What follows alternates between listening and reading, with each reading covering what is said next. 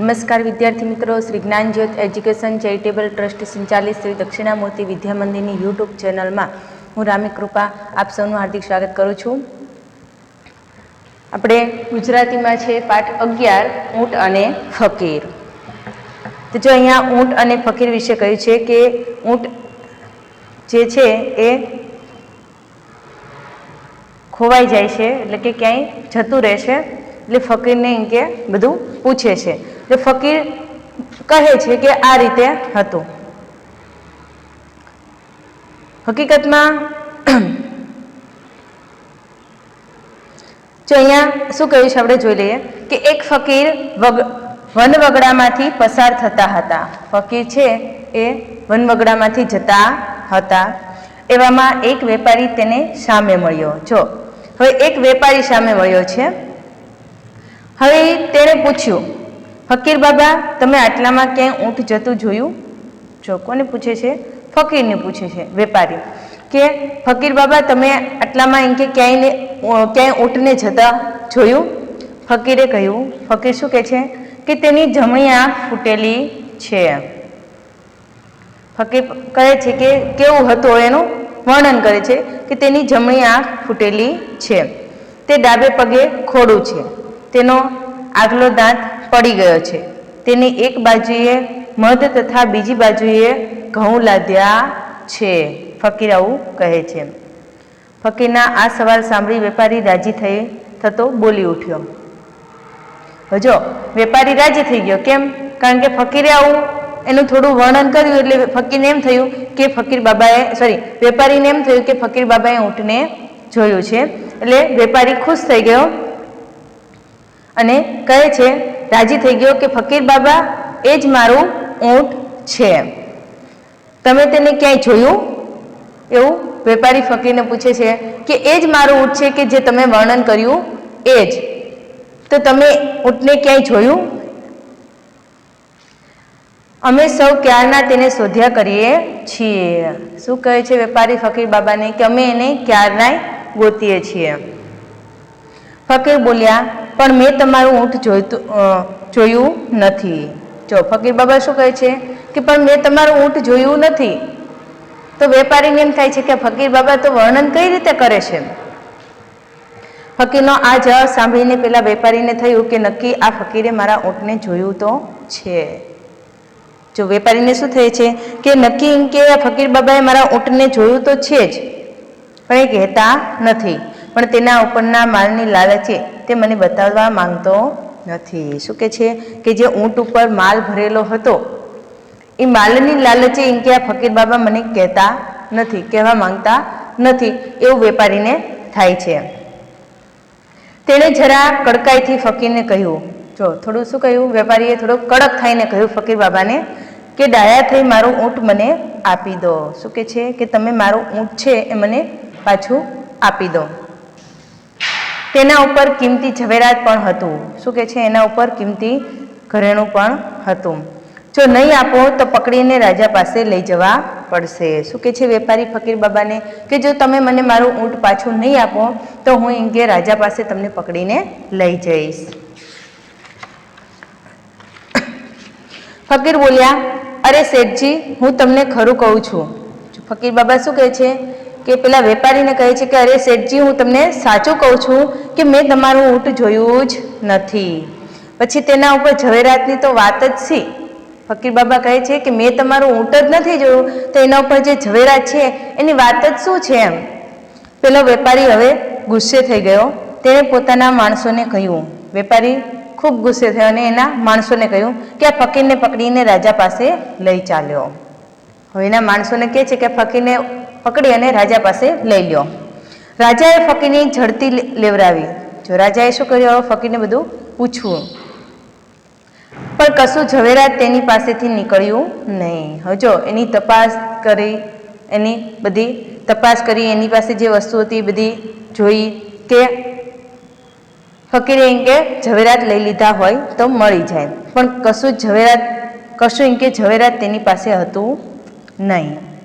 છતાં ફકીરે ઊંટનું જે વર્ણન આપ્યું તે બરોબર પેલા વેપારીના ઊંટનું જ હતું. શું કહે છે કે જો ફકીર બાબાએ જે વર્ણન કર્યું એ હતું તો પેલા વેપારીના ઊંટનું જ, પણ એની પાસે તો કોઈ ઝવેરાત હતું નહીં.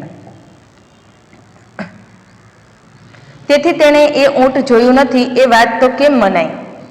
હવે આટલું બધું સાચું વર્ણન આપે તો કેવી રીતે માની શકે કે એને એ ઊંટ નથી જોયું?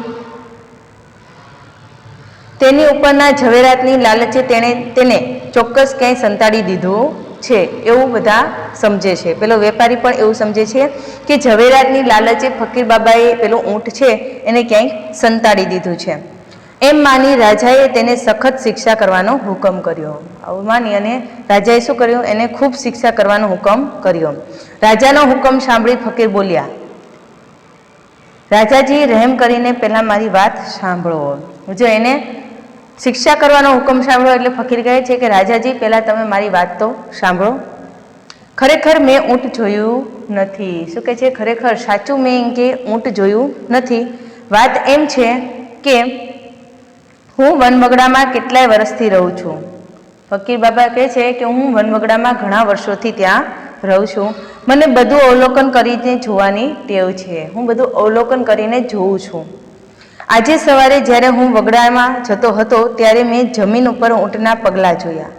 આજે હું જ્યારે વનવગડામાં જતો હતો ત્યારે શું જોયું ફકીર બાબાએ? જમીન ઉપર ઊંટના પગલાં. પરંતુ તેની સાથે માણસના પગલાં નહોતા. એની સાથે માણસના પગલાં નહોતા એટલા માટે એના ઉપરથી મેં એવું નક્કી કર્યું કે માણસ કોઈ હતું નહીં, એકલું ઊંટ જ હતું. તે ઉપરથી મેં માન્યું કે તે ઊંટ તેના માલિક પાસેથી છૂટું પડી ગયેલું હોવું જોઈએ. પગલાના માર્ગની એક જ બાજુના ઝાડના પાંદડા કરડેલા હતા. એક બાજુના ઝાડના પાંદડા ખાધેલા હતા, એક બાજુના ખાધેલા નહોતા. તે પરથી મેં માન્યું કે ઊંટ એક આંખે કાણું હોવું જોઈએ. એના ઉપરથી મેં એવું તારણ કાઢ્યું કે ઊંટ કેવું હોવું જોઈએ? એક આંખે કાણું હોવું જોઈએ. એને એક આંખ હોવી જોઈએ નહીં એવું મેં તારણ કાઢ્યું. કેમ? કારણ કે એક બાજુના જ પાંદડા કરડેલા હતા, એક બાજુના નહોતા એટલા માટે. તેના પગલામાંનું એક બાજુનું પગલું જરા ઓછું દેખાતું હતું. જેના પગલાં પડ્યા હતા એમાંનું એક પગલું છે એ સ્પષ્ટ ચોખ્ખું દેખાતું નહોતું, ઓછું દેખાતું હતું. તે પરથી મેં ધાર્યું કે તે એક પગે ખોડું હશે, એટલે કે એક પગે લંગડું હશે. તેણે જે પાંદડા કરડ્યા હતા તે પાંદડાનો વચમાંનો ભાગ લટકતો રહી ગયો હતો. શું કે છે? કે જે પાંદડા એણે ખાધા હતા એમાંથી વચ્ચેનો ભાગ છે એ લટકતો રહી ગયો હતો. તે પરથી મેં માન્યું કે તેનો આગલો એક દાંત પડી ગયો હશે. એના ઉપરથી મેં એવું તારણ કાઢ્યું કે એક દાંત આગળનો ન હોય જેના કારણે એ વ્યવસ્થિત પાંદડું ખાઈ શક્યો નથી. તેના માર્ગની એક બાજુએ ઘઉં વેરાયેલા હતા. જો એક બાજુએ શું વેરાયેલું હતું? ઘઉં હતા. જ્યારે બીજી બાજુએ માખીઓ બણબણતી હતી. એક બાજુ ઘઉં વેરાયેલા હતા અને બીજી બાજુ શું હતું? માખીઓ બણબણતી હતી. તો એ બાજુ શું વેરાયેલું હોય? મધ. એ ઉપરથી મેં અનુમાન કર્યું કે તે ઊંટની એક બાજુએ ઘઉં લાદ્યા હશે અને બીજી બાજુએ મધ લાદ્યું હશે. એટલે એવું એના ઉપરથી મેં તારણ કાઢ્યું, અનુમાન કર્યું કે એક બાજુ ઘઉં હશે અને એક બાજુ મધ હશે, કે જેથી એક બાજુ મધ વેરાયેલું છે. કોઈ માણસ તેની ઉપર બેઠું હોય તો ઘઉં કે મધ નીચે પડવા ન દે. શું કે છે? કે જો કદાચ એની ઉપર કોઈ માણસ બેઠું હોય તો એમ ઘઉં કે મધ નીચે પડવા દે નહીં. એ ઉપરથી મેં માની લીધું કે તે ઊંટ એકલું તેના ધણી પાસેથી નાઠું છે. એના ઉપરથી મેં એવું માન્યું કે તારણ કાઢ્યું કે આ ઊંટ છે એના જે માલિક છે એના પાસેથી કે એકલું વિખૂટું પડી ગયું છે.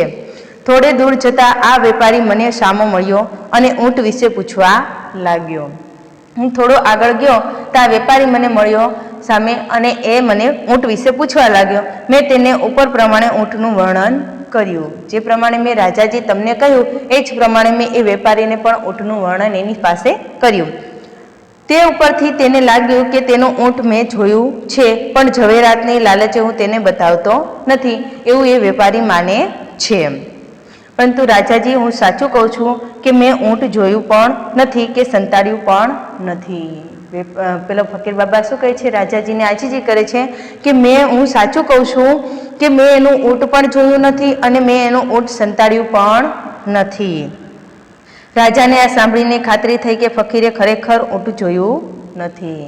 રાજાજીએ જે ફકીરે વર્ણન કર્યું અને રાજાજીને સ્પષ્ટ વાત કરી, એના ઉપરથી રાજાજીને લાગ્યું કે ખરેખર એમ કે આ ફકીરે ઊંટ જોયું નથી કે સંતાડ્યું નથી. તેણે ઊંટ વિશે જે કહ્યું તે અવલોકન કરવાની ટેવ ઉપરથી જ કહ્યું હતું. જો રાજાજી શું સમજી ગયા કે ફકીર બાબાએ જે કહ્યું એ એના અવલોકન કરવાની જે ટેવ છે એના ઉપરથી જ એણે ઊંટ વિશે કહ્યું છે. રાજાએ ફકીરને ઇનામ આપી છોડી મૂકવાનો હુકમ કર્યો. રાજાએ શું કર્યું? ફકીરને ઇનામ આપ્યું અને એને છોડી મૂકવાનો હુકમ કર્યો કે હવે એ ફકીરને છોડી દો. અને તેની અવલોકન શક્તિમાં ખૂબ વખાણ કર્યા. અને એ જે અવલોકન કર્યું એણે, એ અવલોકન જે એની શક્તિ હતી એના ખૂબ વખાણ કર્યા, કારણ કે એણે જે અવલોકન કર્યું એ ખરેખર સાચું જ અવલોકન હતું. એના વખાણ ખૂબ જ રાજાજીએ કર્યા. હવે જો તમે અહીંયા શબ્દાર્થ છે થોડા પાઠના એ લખી લઈએ કે પાઠને લગતા જે શબ્દ છે એ.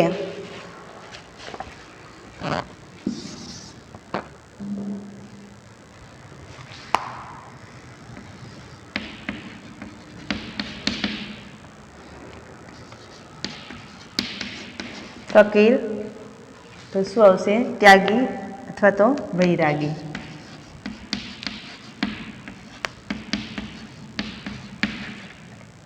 પછી વનવગડામાંથી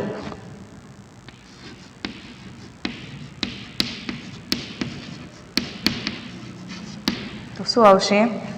જંગલમાંથી.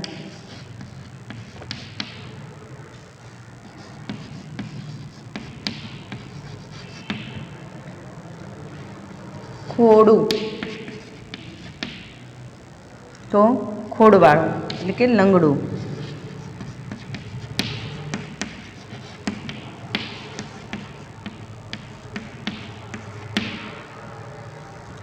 લાધા છે એટલે કે ખડક્યા છે, સામાન મૂક્યો છે.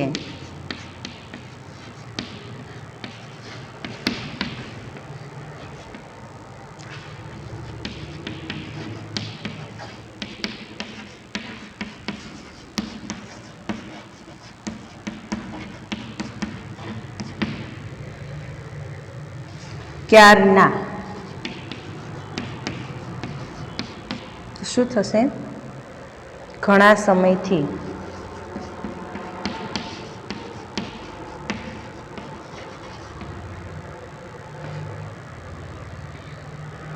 લાલચ, લોભ,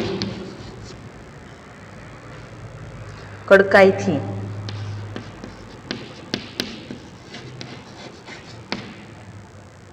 સખ્તાઈથી.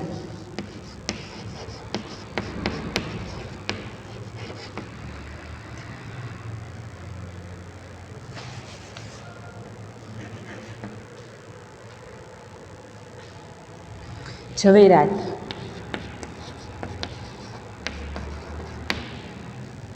તો હીરા માણેક મોતી.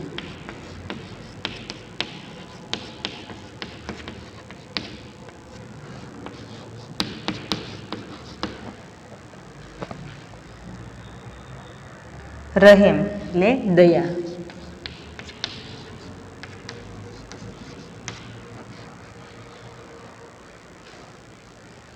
બીજા છે આગળ.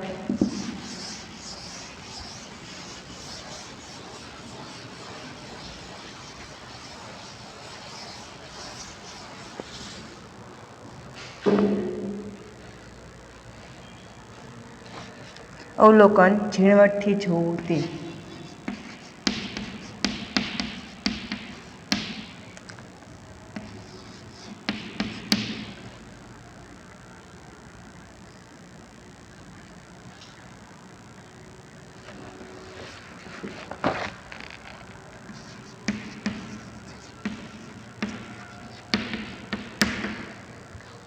કરડેલા,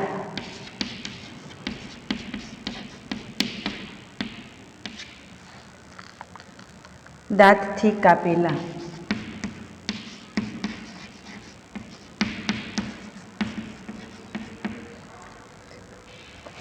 કાણો, એક આંખ વગરનું.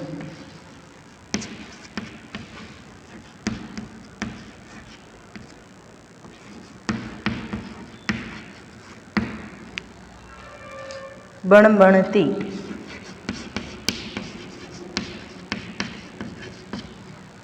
બણબણ એવો અવાજ કરતી,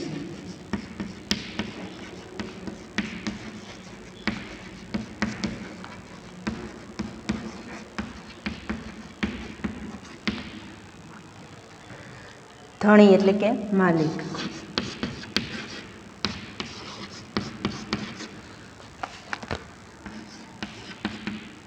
નાઠું છે,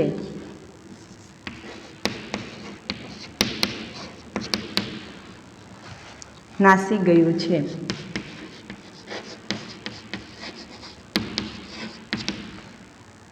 વર્ણન કર્યું,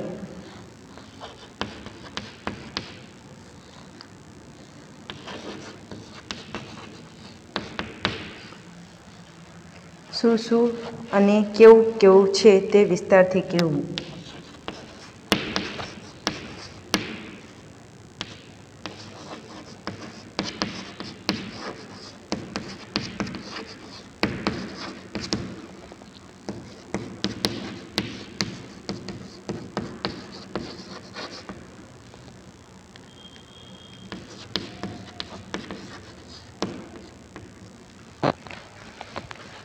આ છે શબ્દાર્થ.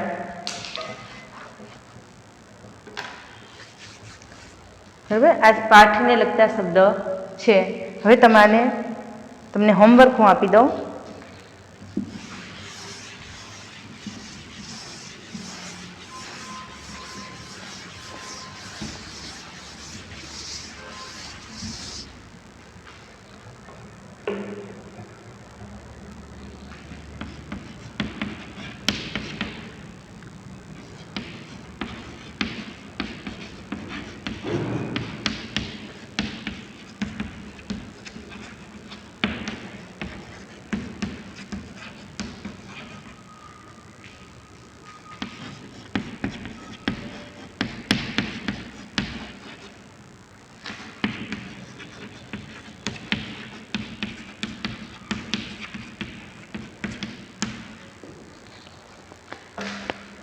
પાઠ 11 જે આજે આપણે સમજાવ્યો એનું સ્વાધ્યાય નોટમાં લખવાનું છે અને પાકું કરવાનું છે. અસ્તુ.